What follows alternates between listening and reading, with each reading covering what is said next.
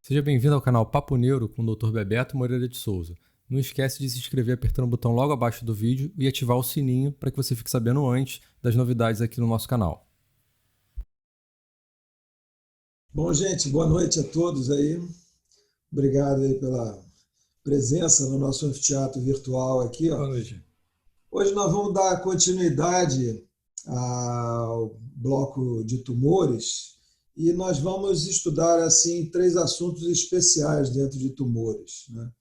Nós vamos começar com um estudo da região celular, depois nós vamos ver duas aulazinhas menores são muito peculiares de lesões na região da pineal e de tumores ventriculares.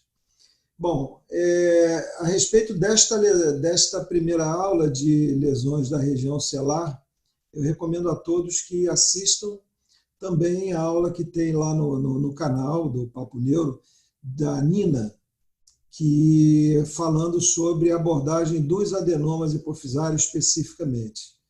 Então, as aulas sobre esse assunto especificamente, essas aulas se complementam. Na verdade, o que eu vou falar inicialmente é algo mais básico, mais genérico, e a Nina dá um enfoque especial nos aspectos cirúrgicos, sobretudo das lesões hipofisárias. Tá? Recomendo a todos que assistam lá também. Tá bom? Então vamos lá, gente. Vamos começar a nossa conversa de hoje aqui sobre lesões da região celular. Muito bem. O som está direitinho aí, Bebeto? O som está legal? O som está perfeito. Então tá bom. Então vamos lá. Então, gente, lesões expansivas na região celular e paracelular. Então nós vamos iniciar essa aula relembrando um pouco da anatomia hipofisária da região celular e a correlação dessa anatomia com as imagens de tomografia e de ressonância magnética. Nesse desenho aqui, nós estamos vendo a hipófise. Aqui, nesse caso, ela é representada mais como se fosse uma lesão ovalada, uma estrutura ovalada, perdão, mas, na verdade, a hipófise ela não tem bem esse aspecto ovalado. Ela, nas imagens, é melhor que a gente tenha uma ideia dela como se fosse uma abóbora moranga. Os cortes coronais da hipófise fazem com que ela apareça de forma mais retangular, como se fosse um tijolinho, ao invés de uma azeitona, um formato de azeitona. Então, na região central celular está a hipófise e ela é ladeada pelos seios cavernosos. Os seios cavernosos, tanto na fase sem contraste quanto pós-contraste, muitas vezes eles são difíceis de serem diferenciados do próprio parênquima hipofisário. Tá? Então, eles ficam ladeando e a interface entre o fim do parênquima hipofisário e o início do seio cavernoso, às vezes, é um pouquinho difícil. Tá? Então, essas imagens aqui demonstram os seios cavernosos, né? Lembrando esse detalhe aí, sobretudo para os mais novos, né? Que o seio cavernoso tem esse nome por esse aspecto aqui cheio de compartimentos que relembra o corpo cavernoso peniano. Então, daí esse termo é da similaridade com a anatomia do corpo cavernoso peniano. E dentro do seio cavernoso passam estruturas vasculares, aqui como principalmente a carótida interna, e passam estruturas nervosas. Esses nervos cranianos que estão na margem aqui do seio cavernoso, eles, apesar de serem considerados como no interior do seio cavernoso, eles na verdade estão na parede. O único nervo que está literalmente dentro do seio cavernoso, ou seja, está circundado por sangue, é o sexto nervo, o nervo abducente. Os demais nervos, tanto o terceiro, o quarto, como parte do quinto nervo, eles estão, na verdade, na parede dos seios cavernosos. Muito bem. Mas a carótida aqui, nesse desenho, representado de uma forma mais modesta, ela ocupa uma região bem grande aqui no interior do seio cavernoso. E esse segmento cavernoso da carótida, como nós vimos lá lá na anatomia da própria carótida, ela é importante de ser reconhecida, uma vez que aneurismas dessa região aqui têm um prognóstico melhor do que aneurismas que estão no espaço subaracnoide. Tá? Muito bem. Então, um detalhe interessante, nós vamos ver a utilização na prática clínica deste detalhe anatômico aqui, é que existe uma comunicação por debaixo da hipófise e sobre o assoalho selar entre os seios cavernosos, que é chamado de seio intercavernoso. Eventualmente, algumas lesões podem passar de um seio cavernoso para outro, aqui por baixo da hipófise. Nós vamos ver um caso aqui mais adiante. A imagem representativa aqui do assoalho selar, que seria esse platô do esfenoide, né, margeado anteriormente pela clinoide anterior, posteriormente pela clinoide posterior, e as duas observadas no plano sagital têm essa forma de célula. E no interior aqui, ó, do corpo do esfenoide abrem-se essas cavidades aéreas, seio esfenoidal. Tá? Muitas das vezes eles têm um septo, e nós vamos ver mais adiante aqui a região da hipófise juntinho a esse septo intraesfenoidal, eventualmente pode causar artefatos que podem simular uma lesão hipofisária, um microadenoma especificamente. Então, essa região aqui que está hiperdimensionada no desenho, ela merece essa consideração por esse detalhe. Na prática clínica, eventualmente, a gente pode se deparar com uma areazinha de uma pseudo-hipocaptação projetada na hipófise, fazendo parecer um microadenoma, exatamente sobre esse septo intraesfenoidal. Tá? Então, nas imagens que nós estamos vendo aqui de ressonância magnética, nós temos também aqui as imagens da cisterna supracelular. O quiasma óptico aqui em cima e aqui a haste hipofisária, fazendo a comunicação do hipotálamo. O hipotálamo é essa região do diencéfalo que contorna inferiormente o terceiro ventrículo.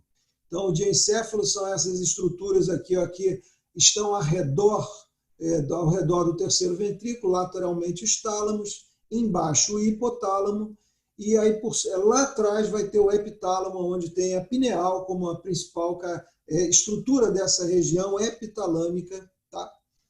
Observe então aqui, ó, nas imagens de ressonância magnética, eu vejo as imagens da hipófise, eu não consigo ver aqui nesse plano aqui os septos intraesfenoidal e aqui lateralmente os seios cavernosos. As carótidas internas, aqui aparecendo com flovoide toda pretinha, elas são muito exuberantes, elas dominam essa anatomia dos seios cavernosos. Então, a imagem da hipófise cortada no plano coronal tem esse aspecto aqui em tijolinho, a haste hipofisária, e aqui, ó, na região central, ou um pouco mais superior da cisterna supracelular, o quiasma óptico, as estruturas ópticas. À frente é um X, né? Um X cuja haste hipofisária está na frente do X. Então, anteriormente tem os dois nervos ópticos, eles se cruzam no quiasma e posteriormente são os tratos ópticos. Tá? Observe então aqui na ponderação T2, terceiro ventrículo, quiasma óptico, a haste hipofisária, a hipófise com esse formato aqui de um tijolinho, né, retangular, e os seios cavernosos aqui, ó, de um lado e de outro. Essa série aqui embaixo representa o estudo dinâmico. A irrigação da hipófise ela é feita através de um sistema portal. É dado esse nome de sistema portal a todo sistema de irrigação que ele se capilariza duas vezes. Então, existe um sistema venoso no fígado, um sistema portal venoso no fígado e um sistema portal hipofisário. A diferença é que no fígado é um sistema venoso e aqui na hipófise é um sistema arterial. Então, a irrigação vem pelo hipotálamo, ele se capilariza no hipotálamo, depois volta a se concentrar de novo em artérias maiores que trafegam pelo quiasma, pela haste hipofisária, e a partir de artérias maiores na haste hipofisária, elas se abrem de novo e se capilarizam de novo e irrigam o parênquima hipofisário.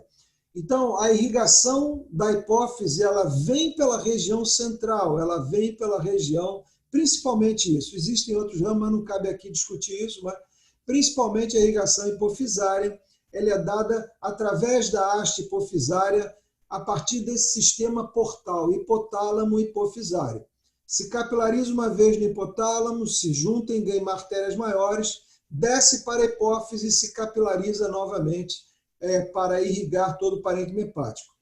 Então, no estudo dinâmico, a irrigação hipofisária ela começa pela região central. Observem aqui, ó, nessa primeira imagem aqui mais lateral, embaixo aqui à direita do vídeo de vocês, tem a hipófise sem contraste, mas o paciente já foi o início da injeção. Por enquanto ainda está lá no braço, circulando pelo tórax, o contraste está subindo. Quando começa a chegar, observem que a haste hipofisária aparece branquinha e a região central da hipófise também já começa a aparecer branquinha. E à medida que vão se passando os segundos, a hipófise gradualmente vai ficando cada vez mais homogênea, até chegar ao ponto de alguns segundos, 25, 30 segundos, a hipófise já está completamente homogênea. Os seios cavernosos vão também se enchendo pelo meio de contraste nesse mesmo momento em que o parênquima hipofisário já está praticamente todo impregnado. Então, por que a gente chama atenção aqui tanto para esse detalhe anatômico? É justamente porque ele tem uma implicação prática no dia a dia do estudo da região celular. Eventualmente, os microadenomas eles não são percebidos sem o estudo dinâmico. E não é pequena essa taxa, não. De 20% a 30% dos microadenomas, você só consegue percebê-los quando você faz o estudo dinâmico. E no estudo dinâmico, uma das alterações identificadas pela presença do microadenoma é um desvio dessa região de impregnação inicial pelo meio de contraste na central. Quando essa região chamada de tofo, da região central da hipófise, que está mais impregnada inicialmente pelo meio de contraste, eventualmente ela pode aparecer deslocada. Isso dá a ideia da presença de um microadenoma. Isso é para lesão bem pequena e, eventualmente, nós vamos estar diante de uma situação como essa. Se você faz o estudo, não faz o estudo dinâmico, pega a hipófise completamente impregnada, eventualmente esses microadenomas podem ficar completamente mascarados. Tá? Então, isso é importante, não só para o diagnóstico inicial, como eventualmente para controle evolutivo, em que uma lesão vai diminuindo de tamanho e, às vezes, só o efeito que a gente tem ainda no parênquima hipofisário é esse desvio do tofo vascular. Bom, então esse é um detalhe de anatomia que, eventualmente, a gente usa na prática. Tá? Essa imagem sagital também é importantíssima para a gente observar a glândula hipófise e dar uma ideia melhor das subdivisões internas que tem a glândula hipófise. Nas imagens coronal e axial, são difíceis de serem avaliadas essas subdivisões internas da hipófise. Essa região anterior, em maior parte dela, que está superdimensionada aqui nesse desenho, é a adenohipófise. E a região posterior é a neurohipófise. Usualmente, a neurohipófise em T1, na fase não contrastada, ela aparece hiperintensa. A neurohipófise não produz hormônios diretamente. Ela é um armazém aqui de hormônios produzidos no hipotálamo. Então, tanto o ADH quanto a ocitocina, eles são produzidos aqui na região do hipotálamo e eles descem e eles vêm aqui e ficam armazenados na neurohipófise. Em determinadas circunstâncias, pode haver uma depressão desses hormônios aqui e esse hipersinal em T1 aqui, ele desaparece. Isso pode ser quando há, usualmente a alteração clínica é quando há uma liberação excessiva de hormônio antidiurético e é um sinal na ressonância magnética desta síndrome clínica, que é devido a uma alteração hormonal, e esse discreto hipersinal na região posterior da neurohipófise, ele desaparece, tornando a glândula homogênea. É um sinal bastante discreto para se ver, mas ele é descrito. Tá? A haste hipofisária é a região do hipotálamo aqui, ó, a região que vai se conectar com a haste hipofisária. A região posterior aqui ao hipotálamo, né, o tuber cinéreo. Eventualmente tem algumas doenças que acometem essa região aqui, sobretudo o amartoma. Na imagem pós-contraste, a gente observa a glândula homogênea, o formato aqui claro da célula, a clinoide posterior, a clinoide anterior, tudo isso é o seio esfenoidal, aqui o clivos, a haste hipofisária, e essa região aqui superior e posterior ao hipotálamo é a região do tuber cinéreo. Muito bem. Na tomografia, essa anatomia também pode ser vista. A gente consegue fazer também bons estudos pela tomografia computadorizada da região celular. Eventualmente, a gente vai ter que fazer isso. Se o paciente não puder fazer ressonância magnética, nós vamos ter que lançar a mão da tomografia mesmo, como era no passado, quando não tinha ressonância.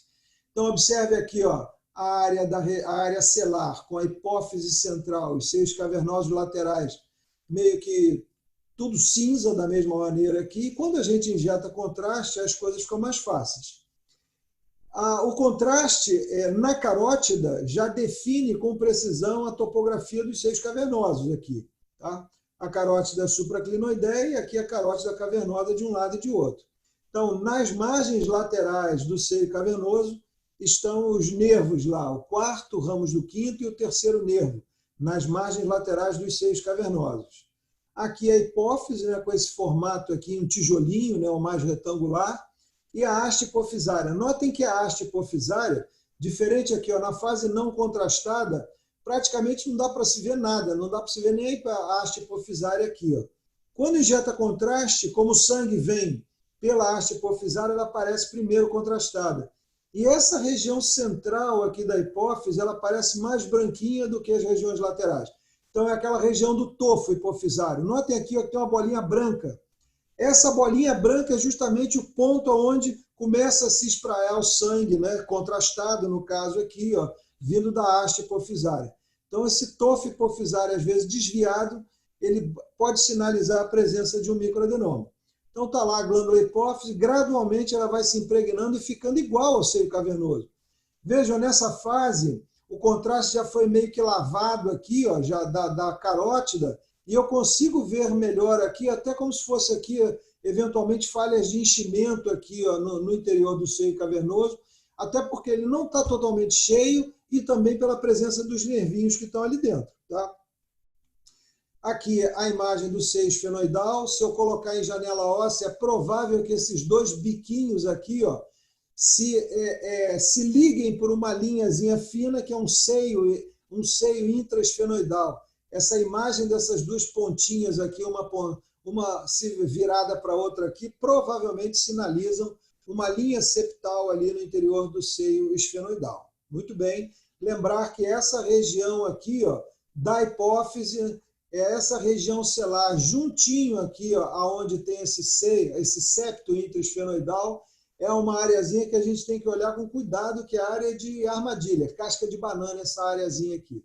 Vamos lá. Então tá, indo para a patologia, né, a hipófise participa aí com esse pedacinho da pizza entre todos os tumores intracranianos no adulto. Vamos começar aqui com o microadenoma hipofisário. O desenho está meio hiperdimensionado, né? Uma lesãozinha tão pequena dando um desvio tão grande da haste hipofisária, mas já dá uma ideia, né? Que o crescimento assimétrico da glândula, uma das coisas é a observação do desvio da haste hipofisária. Então, são os adenomas de até 10 milímetros, são classificados como micro, né? Acima disso é macroadenoma, achado incidental em 10 a 20% das autópsias. Então, isso é um detalhe importante, né? Um número não pequeno, né, de adenomas hipofisários não são funcionantes. Se fosse, eles seriam identificados. Característica principal, a lesão que se impregna pelo meio de contraste menos que o restante da glândula. Então, os microadenomas eles podem ter diversos aspectos. Podem brilhar em T1, não brilhar, ficar preto, ficar cinza, ficar branco em T1, em T2, enfim, a combinação a mais variada possível. Se tiver sangue ou não, isso modifica tudo, mas a forma mais comum da apresentação do microadenoma é que ele impregna menos do que o restante da glândula. Então, a série mais importante vai ser a pós-contraste, e a tendência é observar o microadenoma como uma lesão hipocaptante no meio da glândula lá. Essa é a maneira mais usual de apresentação. Mas, volto a frisar, qualquer bolinha, de qualquer maneira que ele seja comportamento no interior da hipófise, pode ser um microadenoma. Tem outras possibilidades também, mas pode ser um microadenoma. São difíceis de serem visibilizados na TC, por razões óbvias, né? Isso é falta de resolução espacial, falta de recursos da TC para visualização do microadenoma. Na RM podem ser hipo, iso ou hiperintenso em relação à glândula, seja em T1 ou em T2. 70% a 90% dos casos são identificados em T1, T2 e no T1 após gadolínio. Em 10% a 30% dos casos só são vistos no estudo dinâmico após gadolínio. Isso é um dado, então, para ficarmos bastante atentos que se o paciente apresenta uma alteração hormonal e, consequentemente, uma alteração clínica, as imagens não contrastadas iniciais do exame, onde a gente não identifica, tornam a nossa atenção especial maior ainda para o exame pós-contraste. Tá? Aspectos clínicos, assintomáticos na maioria dos casos, não funcionantes. Os sintomas vão depender do tipo de hormônio secretado pelo tumor, e os prolactinomas são os mais comuns. Então, em mulheres, as alterações mais são irregularidades menstruais e, eventualmente, com muita produção de prolactina, começa a ter secreção mamária. E nos homens, a prolactina induz mais a alterações com relação à libido do que propriamente criar. Eventualmente pode ter uma produção mamária de leite, né? Mas é muito difícil. No mais das vezes, os prolactinomas nos homens eles causam mais alterações na libido. Muito bem. Então, aqui alguns exemplos, né? Uma paciente de 21 anos com hiperprolactinemia. E aqui, ó, a imagem no T1 pós-gadolínio, aparece uma lesão na porção esquerda da glândula, ela só encostando aqui no seio cavernoso, e vejam na ponderação T2 como ela brilha no T2, então hipocaptante na fase pós-contraste e hiperintensa em T2, um aspecto muito típico do microadenoma. Observe aqui, ó, com o tratamento clínico, essa paciente aqui, ó, vem gradualmente evoluindo. Aparece a lesão mais tênue aqui na porção esquerda da glândula e ela claramente diminuindo de tamanho. Um ano depois, diminuindo mais ainda aqui. Aqui no T2 já não aparece mais, já está muito heterogêneo aqui, talvez um hipersinal, mais difícil aqui, ó.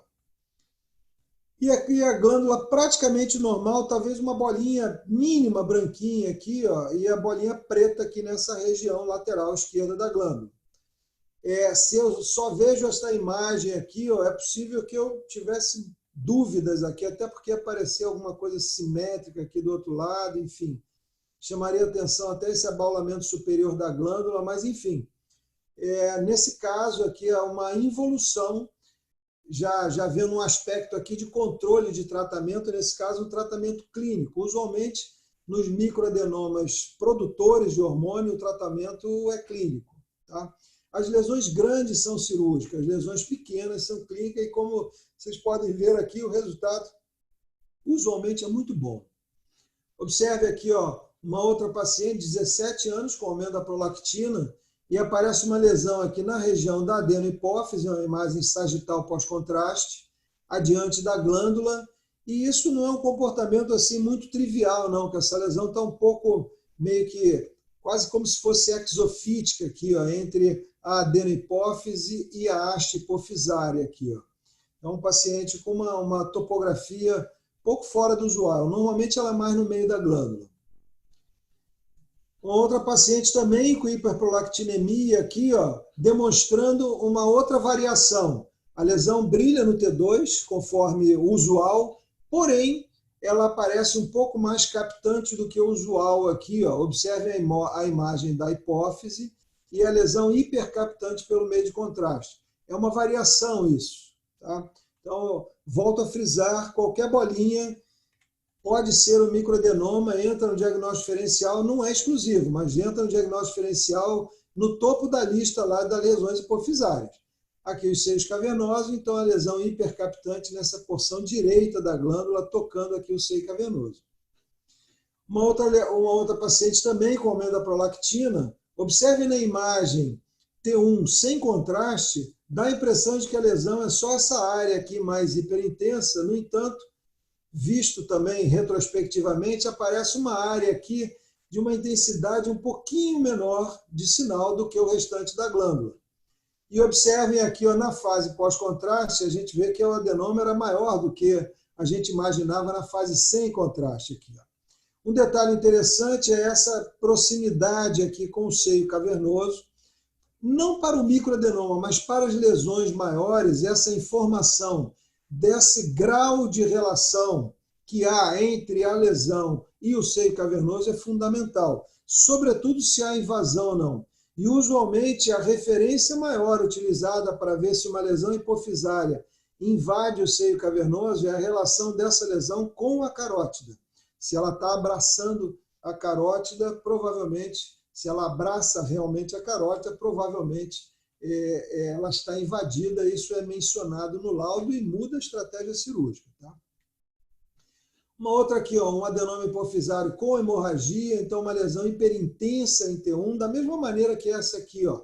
Parte dessa lesão aqui, desse microadenoma, apresentava alguma área de sangramento aqui, ó, por esse hipersinal. Tá? Então, eventualmente, a lesão pode ser toda hiperintensa e faz um diagnóstico diferencial difícil com o cisto da bolsa de Raschke. Tá?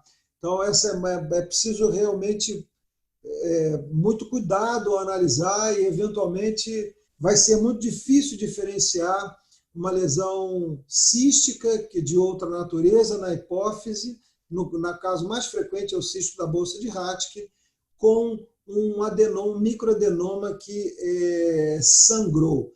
Usualmente, nas lesões que sangram, nos adenomas hipofisários que sangram, usualmente a gente observa uma parte do tumor sem sangrar. A lesão não fica totalmente constituída por sangue, não é uma bolsa, uma bolinha completamente ocupada por sangue, sem nada mais ao redor.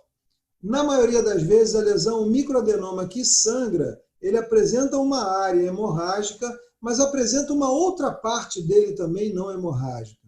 Então, com esse aspecto, com essa combinação aqui, ó, de uma parte da lesão não hemorrágica e uma parte mais com sangramento, com hipersinal aqui no caso em T1, fala mais a favor então de um microadenoma.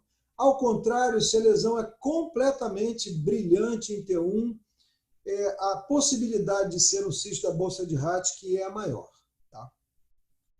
No caso aqui também, ó, um paciente com uma lesão expansiva, aqui, ó, observe aqui a lesão brilhando aqui no T1, já no pós-contraste já não dá muito para fazer essa diferenciação aqui, porque a lesão já brilha normalmente na fase 100, e apresenta ela pretinha aqui, ó, no T2, e apresenta-se aqui então mais brilhante na imagem sagital. Então o comportamento aqui de sangue, uma lesão no limite aqui, né, entre micro e macroadenoma com componente hemorrágico. Como nós já falamos aqui numa outra oportunidade, aqui, ó, sobretudo em lesões hemorrágicas expansivas, o tumor intracraniano que mais frequentemente sangra é o tumor hipofisário. Tá? Nesse caso aqui, uma paciente de 50 anos, com a imagem sem contraste e a imagem pós-contraste. Observe então aqui, ó, notem no detalhe que nessa imagem pós-contraste aqui, completamente impregnada a glândula, é difícil de ver. Fico na dúvida aqui se realmente há alguma coisa. Há a possibilidade sempre de ter aquele septozinho, aquela relação com o septozinho intraesfenoidal. Eu fico muito na dúvida. No entanto, quando eu vou estudar aqui, ó, a fase dinâmica do estudo, aparece uma bolinha aqui, ó, aparece uma areazinha um pouco mais arredondada, correspondendo àquela área aqui, ó. Dá uma consolidada, melhora assim a minha visualização dessa região aqui, ó, dessa região. Então, essa é uma das circunstâncias onde o estudo dinâmico fez toda a diferença para o diagnóstico de um microadenoma, uma vez que eu estava na dúvida nessa fase aqui homogênea da glândula de impregnação, talvez aqui, sempre uma dúvida com relação ao ponto de inserção do seio intraesfenoidal, mas no estudo dinâmico aparece aqui, desenha-se uma bolinha no interior da glândula, e aí eu fico um pouco mais confortável. Vejam que aqui na série do estudo dinâmico não aparece nada, fica tudo homogêneo. Tá? Então esse é um detalhe interessante aqui da utilização do estudo dinâmico para aumentar a sensibilidade de diagnosticar pequenas lesões. Essa aqui, isso aqui é uma imagem aqui, prolactina pouco aumentada, isso é algo frequente, é uma paciente que faz um exame, faz de forma rotineira, não tem irregularidade menstrual, então não é bem definida a irregularidade menstrual, enfim, a pessoa faz uma série de exames laboratoriais e aparece com a prolactina um pouco mais elevada. Às vezes é dependente, determinados remédios aumentam a prolactina. O mais clássico era o Plasil, né? Mas também em desuso. Mas existem outras drogas que aumentam a prolactina. Então, os tumores hipofisários produtores de prolactina, usualmente as prolactinas são muito aumentadas, não são duvidosas. Então, mas a gente lida na prática com indicações de ressonância magnética com prolactina pouco aumentada. E aparece justamente aqui, com situações como essa aqui, que fazem às vezes a gente cair do cavalo.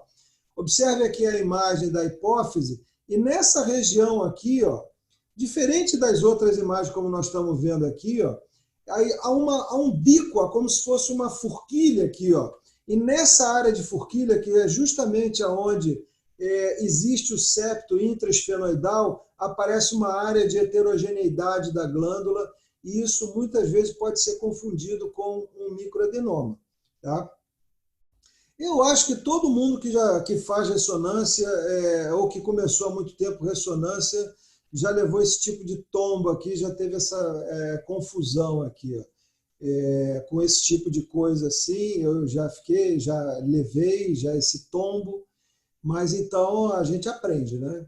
E obviamente se você trilha mais fácil para alguém, chama atenção dos erros que você já cometeu e a pessoa aprende, isso é o melhor dos mundos, né? Aprender com a experiência alheia. Então, observem aqui, chama atenção esse detalhe aqui. Quando acontece esse tipo de artefatinho aqui, o assoalho da glândula não é inteiramente retinho, não. Aparece assim uma bifurcação, uma reentrância, exatamente naquele biquinho onde vai se inserir ali o septo intraesfenoidal. Tá? Muito bem. Macroadenoma hipofisário. Nós já vimos aqui que ali, o limite entre micro e macro é 10 milímetros e usualmente essas lesões aqui maiores, elas vão dar sintomatologia diversa dos microadenomas. Os microadenomas, quando são produtores de hormônios, eles abrem o quadro clínico muito antes deles darem efeito expansivo, diferente dos macroadenoma hipofisário. Eles, por não serem frequentemente produtores de hormônio, eles vão crescendo, crescendo, crescendo, crescendo, e eles abrem o quadro usualmente com alterações visuais, quando eles crescem em direção à cisterna supracelar e comprimem as estruturas ópticas que ocupam a cisterna supracelar, quiasma óptico, nervo óptico, trato óptico, dependendo da posição para onde ele se insinua, se anteriormente, se superiormente na linha média ou se posteriormente.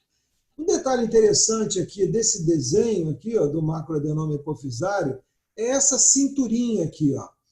No teto da região celular, da cavidade celular, as lâminas durais formam uma abertura chamada de diafragma celular.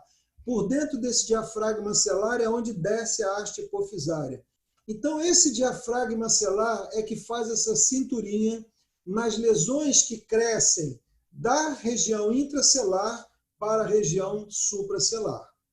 Então, diferente, por exemplo, de uma lesão supracelular, no caso, um craniofaringioma, por exemplo, quando ele cresce e vem em direção à região celular, ele não vai apresentar essa cinturinha aqui. É óbvio que tumores não leem livro. Isso aqui é uma característica de imagem que a gente busca. Se tem, a gente pensa nessa linha diagnóstica. Se não tiver, ainda assim pode ser. Mas esse é um detalhe anatômico interessante, que é quando a lesão dessa região celar e supracelar assume essa forma aqui de boneco de neve ou em 8, apresenta essa cinturinha aqui, usualmente ela sinal que ela cresceu a partir da região intracelular e depois ela se estendeu superiormente. Nas lesões muito grandes, isso é uma principal pergunta diagnóstica, né? A gente imaginar que a gente vai começar a pensar da onde surgiu a lesão, por isso, né? Ela veio onde é o epicentro da lesão, na região celular ou supracelular? Qual o formato da lesão? Então, esse dado aqui dessa cinturinha, ou esse aspecto em boneco de neve, indica que a lesão começou dentro da célula e ela subiu. Tá? Muito bem, então aqui, ó, massa supracelular mais comum em adultos, característica marcante é essa aqui, nem sempre, volto a frisar, nem sempre o paciente lê livro, e isso aqui pode não acontecer. Na tecela isodensa ao parênquima cerebral, isointensa córtex na ressonância e se impregna de forma heterogênea. Nesse desenho a gente está vendo aqui a lesão heterogênea, já tem uma área cística aqui, possivelmente hemorrágica, pode ser muito agressiva com erosão do assoalho celular, invasão do seio cavernoso e envolvimento da carótida interna. Aqui, nessa circunstância de lesões maiores, é que a gente vai observar com mais minúcia a relação dela, sobretudo com o seio cavernoso. Muito bem. Presença de nível líquido nas apoplexia. A apoplexia seria a degeneração, a necrose, a hemorragia no interior da glândula. Gente, tem alguém aí com o microfone aberto aí, por favor. Então, aqui, ó, esse nível líquido nas apoplexias, ele significa aqui uma área de sangramento. Na verdade, vai ser um nível hemático. Eventualmente, o tumor pode coletar outras substâncias, mas usualmente uma degeneração cística numa massa grande aqui, provavelmente a gente vai encontrar algum elemento de necrose e hemorragia.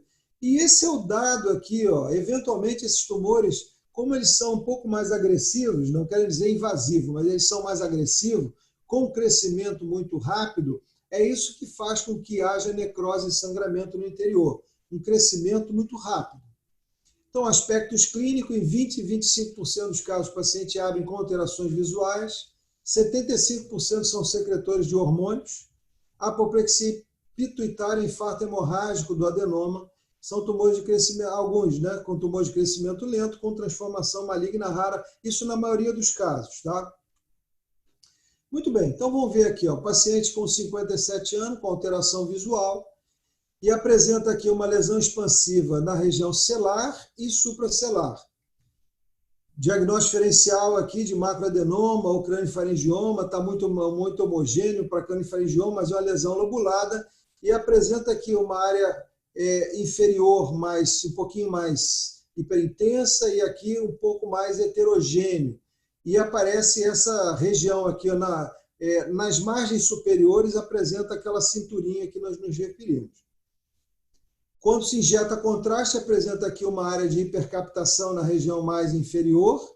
Todo o tumor ele se hipercapta, né, pelo meio de contraste, com exceção dessa área aqui que tem um pouquinho mais heterogênea, com a captação um pouquinho menor, e tem uma cinturinha aqui nessa região superior.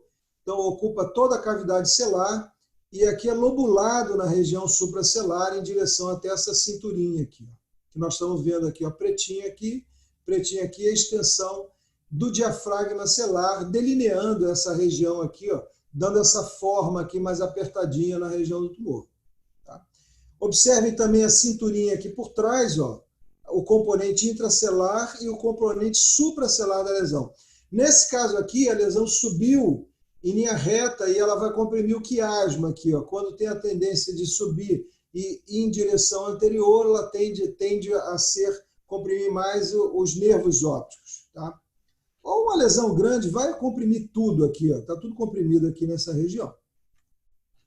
Uma outra lesão aqui, ó, acometendo a hipófise, com extensão aqui para o seio cavernoso, e a dúvida se está invadido ou não. E aqui, ó, também abaulando a região aqui, ó, da inserção da haste hipofisária nessa região central. Então, essa lesão, vejam que aqui, ó, aqui está a carótida cavernosa normal, aqui do lado esquerdo, e a carótida direita está rechaçada para baixo. Vejam a relação da lesão com a carótida, ela empurra para baixo a carótida. Então, no caso, a invasão, volto a frisar, a invasão de seio cavernoso, ela só deve ser mencionada de forma assim, segura no laudo, quando a carótida está abraçada pelo tumor. Fora isso, se tiver rechaço, se você não tiver claramente a imagem na sua frente de uma carótida abraçada pelo tumor, é melhor não falar em invasão. Até porque você, ao falar em invasão, você vai matar uma oportunidade cirúrgica. É preciso ter muita certeza dessa informação, porque a tática cirúrgica é completamente diferente.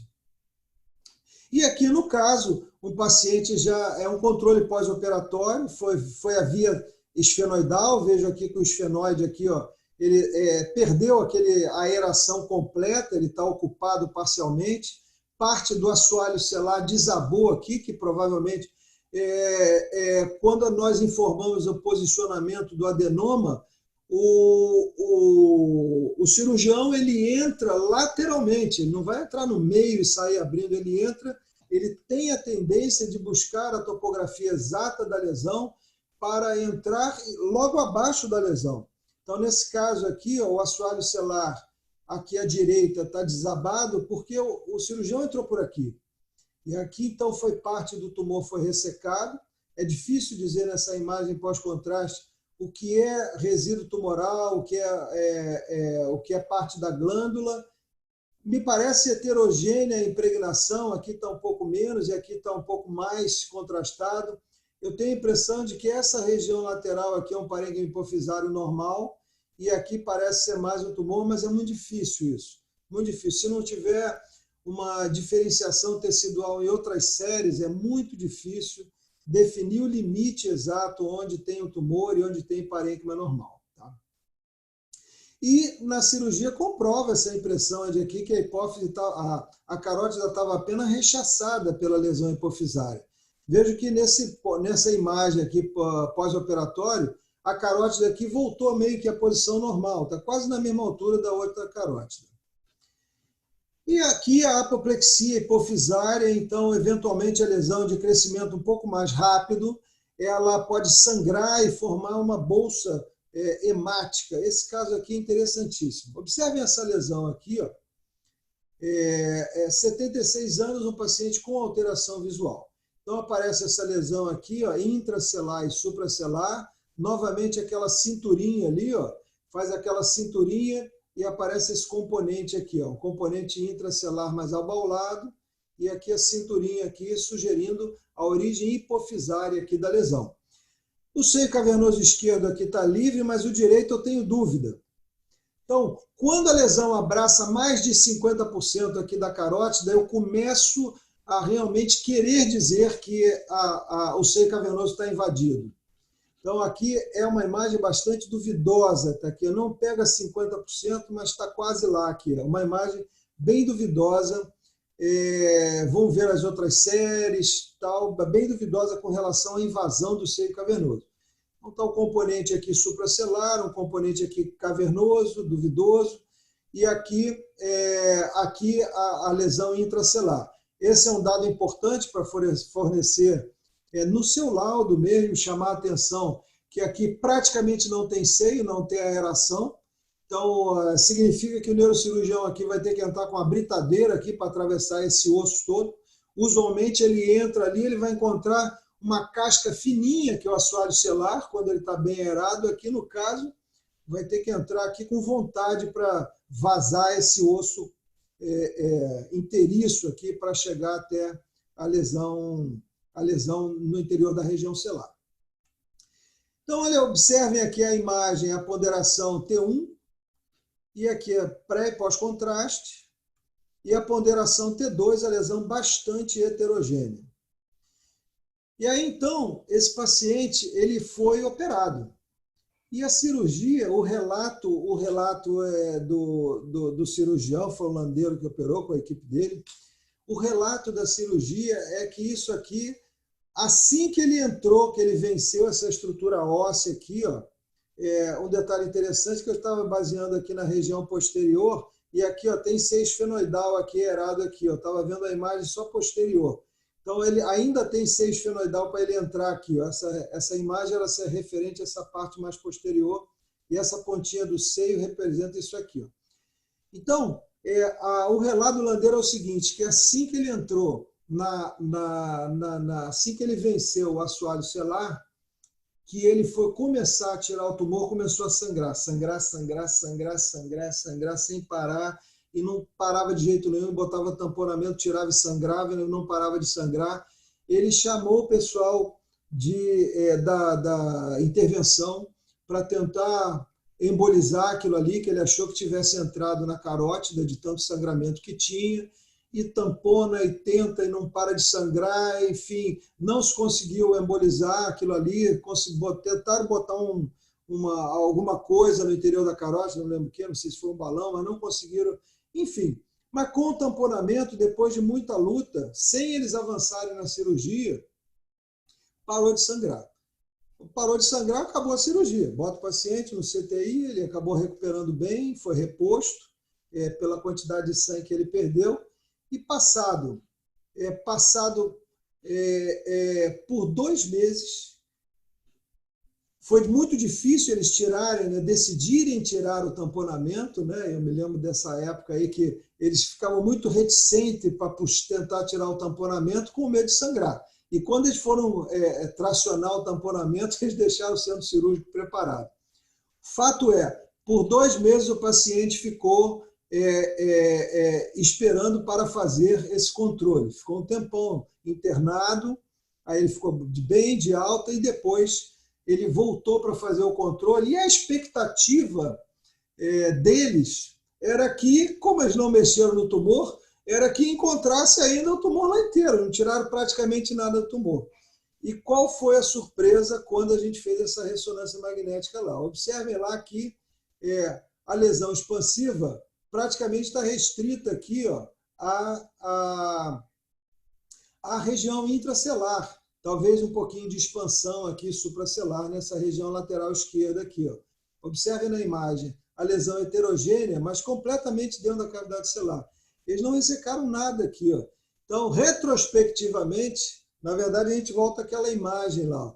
O que aconteceu era que eles abriram uma bolsa de sangue, parte do tumor, grande parte do tumor era uma bolsa de sangue aquilo ali, e ao abrir começou a sangrar, a diminuição da pressão dentro da lesão fez com que determinados vasos lá, que pudessem estar colabados pela alta pressão no interior da lesão, reabrissem, sangrou, até parar novamente, e aí com isso a lesão diminuiu de tamanho. Então esse aspecto aqui foi apoplexia intratumoral, com apoplexia intracirúrgica, mas no final das contas aqui, ó, a novela terminou muitíssimo bem. A notícia foi ótima aqui, eles já estavam se preparando, né? Não sabiam o que falar para o paciente, uma vez de que já tinha alertado que a cirurgia não tinha dado para ressecar tudo, e acabou que esse paciente foi dado alta aqui, ó, com essa lesão, e eles certamente não se atreveriam mais a mexer nessa lesão. E observem aqui, ó, a imagem do 6-fenoidal, que antes estava aerada, né? Bastante aerado, aqui a alteração pós-cirúrgica. Muito bem.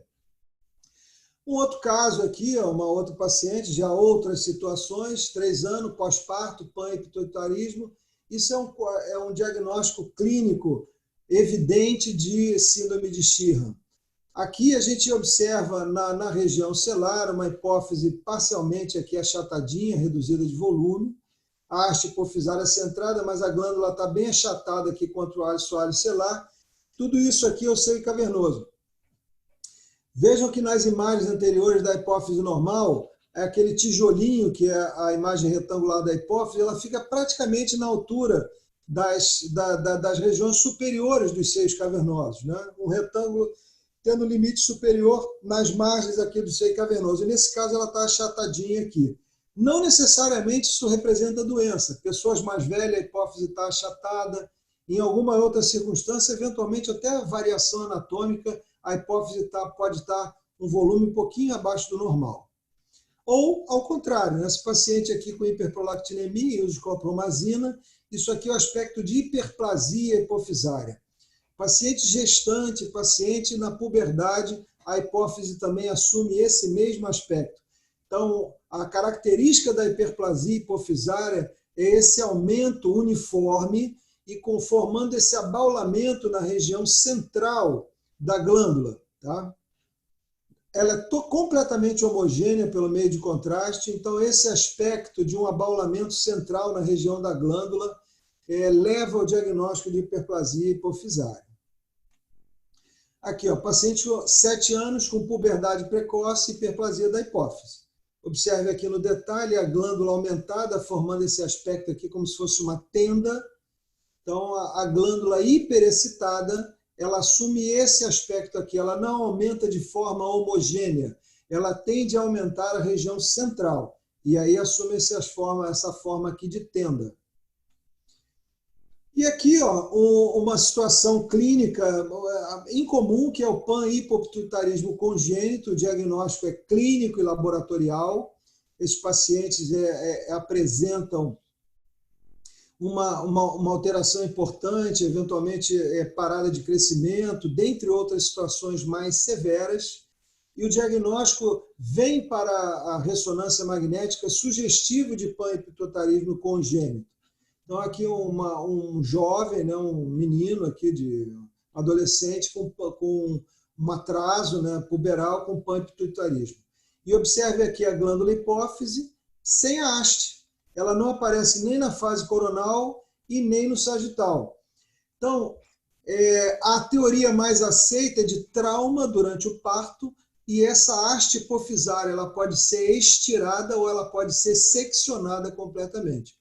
O fato é que a combinação de uma alteração clínica compatível, uma hipófise onde a gente não identifica a haste, e esse dado aqui é muito importante, aqui é o seguinte: a haste hipofisária ela faz não só a comunicação vascular com a hipófise, como faz a comunicação hormonal. Os hormônios do hipotálamo, estimuladores da hipófise, ele descem diretamente através da haste para acionar as células secretoras.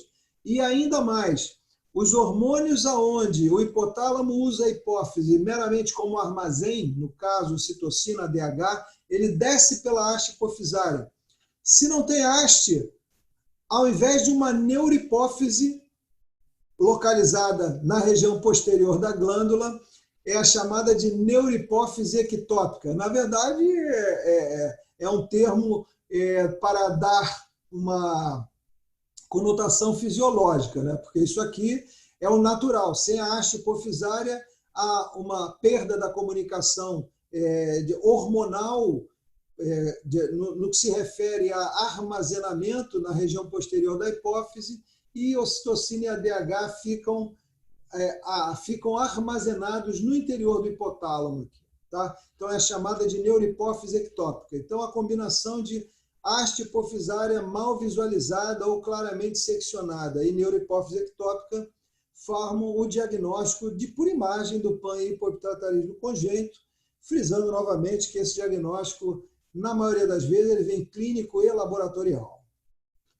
Célula vazia, isso aqui essa é a história, primeira pergunta aí de termo adequada, porque isso vem da radiografia, né? Durante muitos anos, os neuroradiologistas que viveram a época do crânio oco faziam o diagnóstico de uma lesão expansiva celular pela alteração radiográfica do aumento da cavidade celular. Então, ele sugeria uma lesão expansiva celular, o cirurgião abria lá a cavidade celular e encontravam só água, é a célula vazia.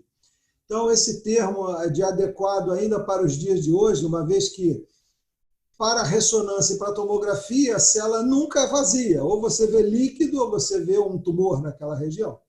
Então, a ocupação da cavidade celular por líquido com o rebaixamento do assoalho celular é um termo consagrado pelo uso, tá? Sem manifestações clínicas na grande maioria dos casos, adquirida pós-operatório, após a apoplexia hipofisária. Nós a vimos aqui na Sheehan, também pode ter isso, e alteração comum em pacientes idosos. Na verdade, esse termo está inadequado aqui, né? Não é uma alteração, né? Faz parte do envelhecimento normal o paciente mais idoso ele aparecer com a hipófise mais achatada. Então, aqui, ó, 49 anos, célula vazia, pós-operatório de adenoma de hipófise. Então, a cavidade celular é alargada, né? O assoalho celular ele é completamente côncavo, e a cavidade celular, mesmo na tomografia computadorizada, é possível que se note que está totalmente ocupada por líquor aqui. Então, isso é uma célula vazia, no caso, é uma célula vazia pós-cirúrgica. 15 anos, hipoestrogenismo. Então, o paciente tem uma alteração hormonal e uma hipófise achatada contra o assoalho celular. Então, observe aqui no sagital, isso fica mais evidente ainda. Então, uma cavidade celular grande e aqui a hipófise achatadinha contra o assoalho celular, num paciente com uma hipoestrogenismo. Então, essa é a célula vazia, está cheia de líquor por conta de uma alteração realmente... A fisiopatologia disso aqui é uma redução do volume da glândula. E esse é um detalhe interessante aqui nos casos de hipertensão intracraniana. Um dos sinais é essa concavidade aqui da célula. Esse casinho aqui a gente publicou agora, saiu publicado, que a gente viu aqui com Covid, uma paciente jovem. Durante os dias que ela ficou internada lá no hospital, ela internou com febre, adinamia de espinéia e cefaleia. Quando foi feita a punção lombar, o paciente estava com 40 centímetros de água de pressão inicial, mas o líquido era inteiramente normal, mísero aumento de proteína, o resto era tudo normal. E nas imagens, observem aqui, ó, uma dilatação das bainhas licóricas dos nervos ópticos, observem aqui nas duas imagens coronal, e aqui, ó, uma concavidade na região superior da hipófise, associado a esse dado de aumento da pressão aferido na punção lombar. Então, a paciente com hipertensão intracraniana benigna, até porque com 2 ou 3 dias ela evoluiu, sumiu, desapareceu a cefaleia, ela ficou bem, não foi feito novamente uma outra ressonância, porque ela melhorou completamente o sintoma, e obviamente não foi feito novamente uma punção lombar. E ela evoluiu bem e acabou tendo alta e não fez exame de controle. Então, era um PCR positivo para Covid, aqui uma imagenzinha, uma Covidzinha, nessa imagem do pulmão bem discreto aqui, ó, e a gente descreveu esse casinho aí e acabou publicando. Um outro dado aí esse é um outro caso aqui, ó, por outro lado, uma paciente assintomática feminina e apresenta isso aqui, ó. Então, a paciente... sem sintoma nenhum, que faz esse aspecto aqui de concavidade, até a gente afirmar que isso aqui representa uma variação anatômica, é preciso realmente excluir todas as possibilidades, e eu acho difícil excluir a possibilidade de hipertensão intracraniana benigna para esse tipo de coisa aqui, ó. Então, uma história muito bem colhida, eventualmente o paciente vai fazer análise licórica, para chegar à conclusão de que pode ser uma variação anatômica. Enfim, na verdade, isso aqui, o assoalho celular côncavo, ele acaba dando a forma também da hipófise mais côncava aqui, ó. Isso é uma situação muito difícil, tá? Mas é possível e acontece.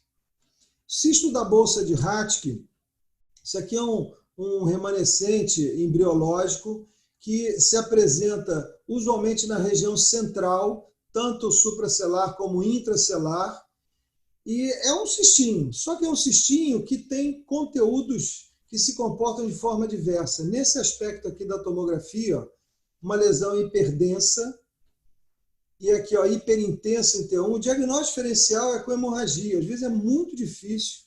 Olha só, o aspecto dele é muito difícil, ele diferenciá-lo de uma lesão hemorrágica, tá? Essa lesão na região central, mas é uma lesão onde a gente consegue ver muitas vezes a cápsula aqui, ó. Paciente sem sintomas, sem alteração hormonal. Esse caso é um caso difícil de fazer o diagnóstico. Com outros é um pouquinho mais fácil. Aqui, ó, como por exemplo esse aqui, ó, paciente juntinho da haste hipofisária apresenta uma lesão cística muito pequenininha aqui, ó. Eu jamais vou dizer que isso aqui é um adenoma cístico, né? Isso aqui é um cistinho da bolsa de Raschke. Mediano, bem juntinho à haste hipofisária, são microcistos aqui da bolsa de Raschke. Mas então, O raciocínio diagnóstico é que lesões usualmente centrais nessa região intracelular ou supracelular, lesão cística com uma cápsula bem fininha, sem lesão sólida ao redor. Na maioria das vezes isso vai ser um cisto da bolsa de Raschke, mas quando o conteúdo é cístico mesmo fica mais fácil, mas quando o conteúdo é mais hiperintenso em T1, hiperdenso na TC, o diagnóstico é mais difícil. E nem sempre o conteúdo daquilo ali, ou melhor, não representa sangue aquilo ali, é um conteúdo proteico mais elevado. Tá? Esse é um detalhe interessante aqui, ó, de um caso bem antigo, bastante tempo que a gente tem, foi publicado também esse casinho aqui. Notem no detalhe que há uma lesão expansiva aqui nessa região, na face sem contraste. E a dúvida maior é saber se isso é da hipófise ou não. Quando injeto em contraste, essa área superior aqui da hipófise, ela aparece um pouco mais captante, e tudo isso aqui, ó, é lesão. Tudo isso aqui é mais ou menos homogênea a lesão. Na ponderação T2, tudo isso aqui aparece. Então, a lesão envolve aqui ó, completamente o seio cavernoso. Então, esse paciente aqui saiu o diagnóstico de um linfoma. E notem no detalhe aqui, ó, que essa lesão aqui, ó, ela se estende até contralateralmente aqui, ó, tá? O linfoma ele surge ali, ó, na região, esse aqui é o linfoma dentro do seio cavernoso, e ele se estendeu aqui por debaixo da hipófise, aqui, ó, no interior, ocupando aqui esse seio intercavernoso aqui embaixo. Então ele se insinuou pelo seio intercavernoso, proliferou e jogou para cima a glândula hipofisária. Obviamente que a gente só foi chegar a essa conclusão depois do paciente operado, né? Porque aqui o diagnóstico primeiro que a gente vai pensar, a não ser que o paciente tenha um linfoma conhecido, mas ainda assim o diagnóstico primeiro que a gente vai pensar é de um adenoma hipofisário aqui. Não dá para... Linfoma vai ficar lá no final da sua lista dos top 10. Um outro caso interessante aqui de diagnóstico diferencial de lesão de região celular, aqui saindo um pouquinho da hipófise, aqui na TC, uma lesão hiperdensa, aqui, ó, observem aqui também, e nas imagens de ressonância magnética, o seio cavernoso, ó, se a gente apontar aqui, ó, delinear a lesão, uma imagem coronal T1 pós-contraste, aqui aparece a glândula, e a lesão, tudo isso aqui, ó. Aquela regrinha que a gente tem, que a gente aprende na prática, de que quando você quer saber o epicentro da lesão, bota a ponta da caneta no meio da lesão e vê onde ela se projeta. Se a gente colocar aqui, ó, a lesão impregnada pelo meio de contraste, menos do que a glândula, então aqui está a lesão, se eu projeto aqui ó, no meio da lesão, aparece mais projetado no seio cavernoso aqui. Não na hipófise, ela aparece mais projetado no seio cavernoso. Então, nesse caso aqui, era um paciente com chivanoma, e a lesão efetivamente era do seio cavernoso, cresceu o seio cavernoso, obviamente que ela envolve completamente a carótida aqui, por ser originária do seio cavernoso, mas é um diagnóstico muito difícil, diferencial muito difícil, com um adenoma hipofisário que invade secundariamente o seio cavernoso. Tá? Um outro paciente aqui ó, com uma outra situação, já começando uma miscelânea aqui, o paciente com mieloma múltiplo, massas na face, órbita, base, um outro tipo de lesão aqui, que é a trombose no seio cavernoso. Isso aqui não é fácil de ver, não é fácil de ver na nossa prática clínica. Ó. Usualmente a trombose de seio venoso, nas imagens anatômicas, elas vão aparecer mais como paciente com as condições clínicas, proptose, e uma veia oftálmica dilatada. Aí a gente vai suspeitar que tem a trombose lá atrás. Mas a observação de trombose aqui, nesse caso aqui, hiperintensidade dentro do seio cavernoso, ela não é tão fácil de ser vista nos casos de trombose, não. Então, observem aqui ó, as imagens de ponderação T1, aqui no flare também hiperintenso, e aqui no pós-contraste fica tudo equalizado aqui. Mas discreta hiperintensidade, uma trombose, presença de trombo aqui no seio cavernoso. Craniofaringioma, lesão supracelular, né, tem um duplo pico, uma quando mais jovem, adolescente, adulto jovem, e um outro pico mais tardio, lá para a quinta, sexta década. Então, uma lesão expansiva supracelular, o diagnóstico diferencial que a gente pensa sempre é a possibilidade de ser também um adenoma que se estende superiormente. Aqui dá a impressão de eu ter uma área mais homogênea, que representa a glândula hipófise, mais homogeneamente impregnada pelo meio de contraste. Uma lesão muito heterogênea, no caso aqui com uma área mais cística, paciente de 33 anos com perda visual, nesse caso era um microadenoma. Um craniofaringioma, perdão, só para alertar, tem uma aula espetacular de craniofaringioma da Gabriela e do Gabriel, né, Bufarrege, lá no canal, e eu recomendo que assista a aula espetacular sobre craniofaringioma. Tá? Dá até vergonha de mostrar qualquer outro caso de craniofaringioma aqui. Ó. Bom, vamos lá, continuando aqui, uma outra situação de região celular, uma outra criança aqui, ó, de 5 anos com puberdade precoce, aparece na imagem axial aqui uma bolinha na região supracelular, e essa bolinha está projetada aqui no hipotálamo, aqui na região do túber cinério, posterior, até um pouquinho posterior ao túber cinério, aqui, ó, um amartoma do túber cinério. Essa menininha, a gente de vez em quando faz exame dela aí, a gente acompanha isso aqui. Na verdade, em tese, o amartoma não é um tumor, né? Mas não tem muito crescimento.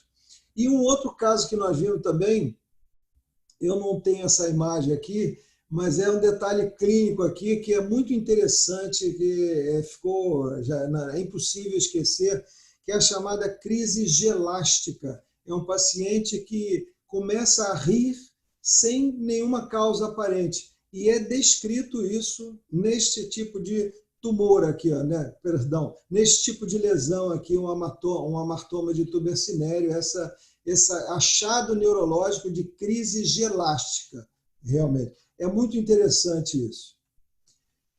Um outro caso aqui, para a gente terminar essa aula de região celular, também a gente vivenciou essa situação, foi muito interessante. Um paciente lá de 67 anos, lá no Copador, cefaleia o paciente, 15 anos antes o paciente tinha um TCE grave com cirurgias.